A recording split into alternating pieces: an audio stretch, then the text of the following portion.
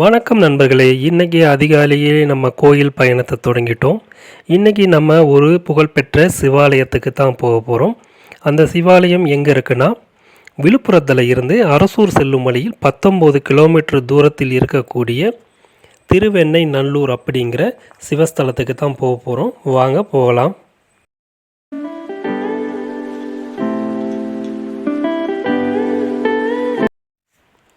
திருவெண்ணை நல்லூர் சிவபெருமான் ஆலகால விஷத்தை அருந்திய போது அந்த விஷம் தொண்டை பகுதியை தாண்டி போகாதபடிக்கு பார்வதி தேவி பண்ணிடுறாங்க. அதற்கப்புறம் அந்த ஆலகால விஷத்தோட வெண்மை குறைவதற்காக பெண்ணை ஆற்றங்கரையோரத்தில் வெண்ணையாலேயே ஒரு மிகப்பெரிய மாளிகையை கட்டி அந்த மாளிகையில் பஞ்சாக்கினி அப்படிங்கிற தவம் செய்து சிவபெருமானுக்காக பார்வதி தேவி கட்டிய கோயில் தான் இந்த திருவெண்ணை நல்லூர் கோயில் அப்படிங்கிறது ஸ்தல புராணம்.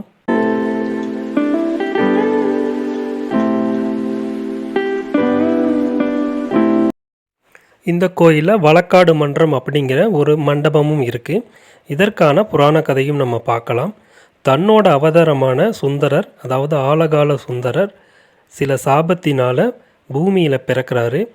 அவரோட திருமணம் வயது வரும் பொழுது அவர் திருமணம் செய்வதற்காக போகிறாரு. அப்போ சிவபெருமான் முதிய சிவபக்தர் வேடத்தில் வந்து சுந்தரர் தன்னோட அடிமைன்னு அவரோட பாட்டனார் எழுத கொடுத்ததா ஒரு ஓலையை கொடுக்குறாரு. அதை நம்ப மறுக்கும் சுந்தரர் அதை கிழிச்சு போடுறாரு.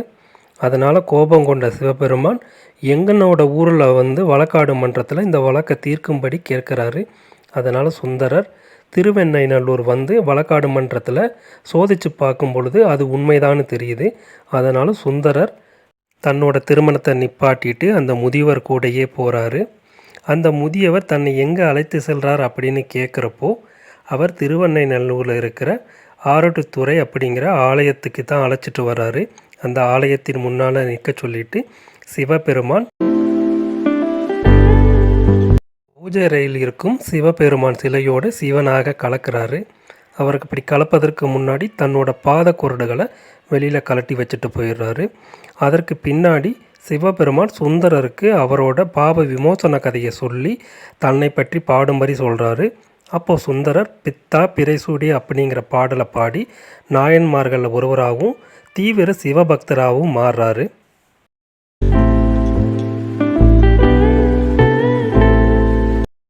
இதை விளக்கும் வண்ணமே கோயிலோட முன்புறத்தில் வழக்காடும் மன்றமும் சுந்தரருக்கு தனியாக ஒரு சன்னதியும் இருக்குது. சுந்தர பெருமான் கையில் ஓலையோடு இந்த சன்னதியில் காட்சி தர்றாரு.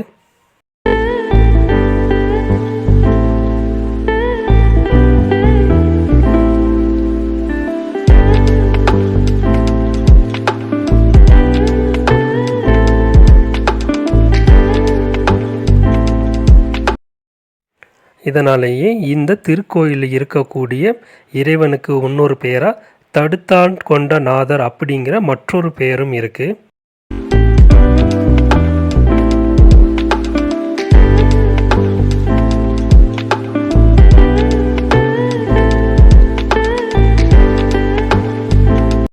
இந்த திருக்கோயிலில் இருக்கக்கூடிய மூலவர் கிருபாபுரீஸ்வரர், அம்மன் மங்களாம்பிகை.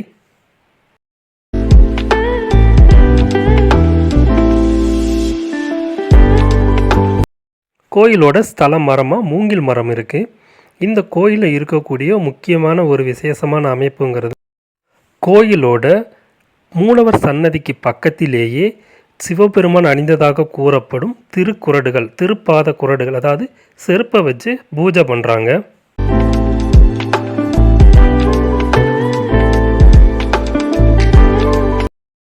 கோயிலோட மூலவரான கிருபாபுரீஸ்வரரை தரிசனம் பண்ணிவிட்டு கோயிலோட வெளிப்புறத்தில் வந்தோம்னா 63 நாயன்மார்களோட சன்னதியும் அம்மனோட 8 அவதாரங்களோட தனித்தனி சிற்பங்களும் இருக்குது.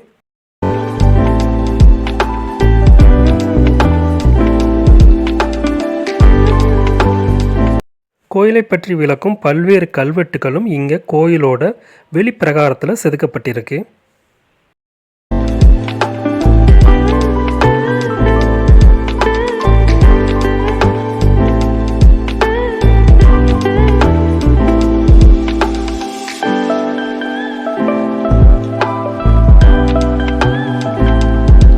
கோயிலோட வெளிப்பிரகார சுற்றுச்சுவரில் அம்மன், தட்சிணாமூர்த்தி, லிங்கோத்பவர் போன்றவர்களோட சிற்பங்களும் இருக்குது.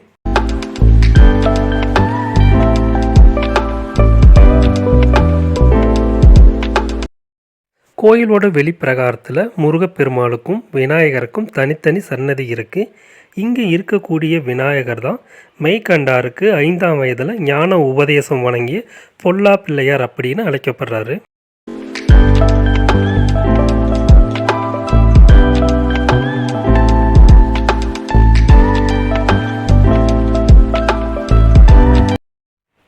இங்கே இருக்கக்கூடிய மூலவருக்கு சுத்தமான பசும் நெய்யினால் தொடர்ந்து 5 வாரங்கள் அபிஷேகம் பண்ணினா இருக்கக்கூடிய வழக்குகள் அனைத்தும் முடிந்து நல்லதொரு சுபிட்சமான நிலை அடையுங்கிறது இங்கே இருக்க மக்களோட நம்பிக்கை.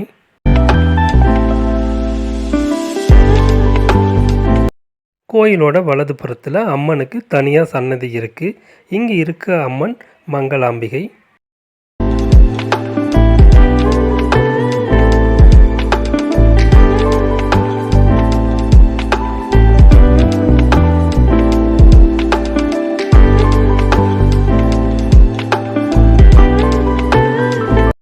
அம்மன் சன்னதிக்கு நுழைவதற்கு மேற்கூரையில் 1000 ஆண்டுகளை கடந்த ஓவியங்களும் இங்கே சிறப்பாக தீட்டப்பட்டிருக்கு.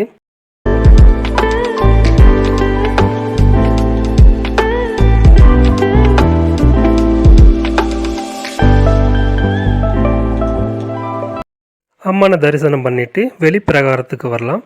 வெளிப்பிரகாரத்தில் அம்மனோட பல்வேறு வகையான சிருஷ்டிகளும் இங்கே சிலையாக செதுக்கி வச்சுருக்காங்க. அம்மன் சன்னதியை தாண்டி நம்ம போகக்கூடிய ஒரு முக்கியமான இடம்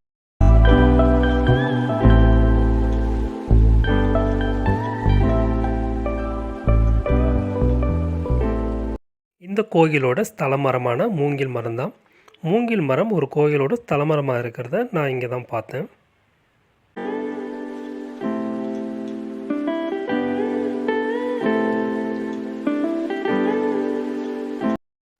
அம்மனோட சன்னதிக்கு பக்கத்திலேயே இந்த கோயிலின் ஸ்தல தீர்த்தமான தண்ட தீர்த்தம் இருக்குது.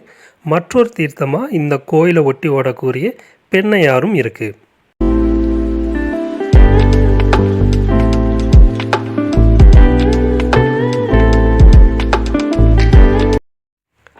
அகந்தை நிறைந்த தாருகாவனத்து ரிஷிகள் அவர்களோட அகந்தை நீங்கி சிவனை வணங்கி சிவன் கிருபை புரிந்த ஊர் இந்த ஊருங்கிறதுனால இந்த ஊரில் இருக்கக்கூடிய மூலவரோட பேர் கிருபாபுரீஸ்வரர் அப்படின்னு கூப்பிடுறாங்க.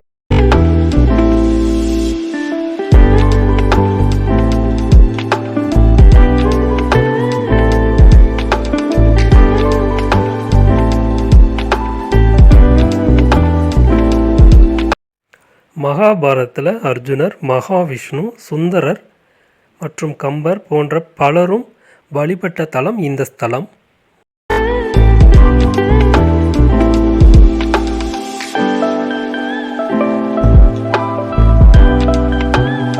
மேலும் பல புகழ்பெற்ற வரலாறுகளை கொண்ட திருவெண்ணநல்லூர் கிருபாபுரீஸ்வரரை ஒரு முறையாவது சென்று நம்மளும் தரிசனம் பண்ணலாம்.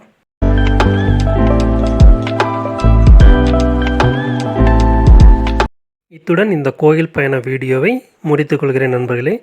இங்கு எடுக்கப்பட்ட பல்வேறு புகைப்படங்களிடம் உங்கள் பார்வைக்கு அளித்துவிட்டு உங்களிடமிருந்து விடைபெறுகிறேன்.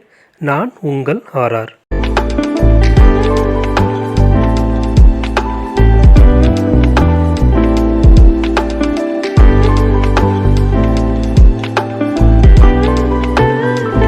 இன்னும் இது போன்ற நல்ல நல்ல வீடியோக்கள் வருவதற்கு நம்ம சேனலுக்கு தொடர்ந்து உங்கள் ஆதரவை தாருங்கள்.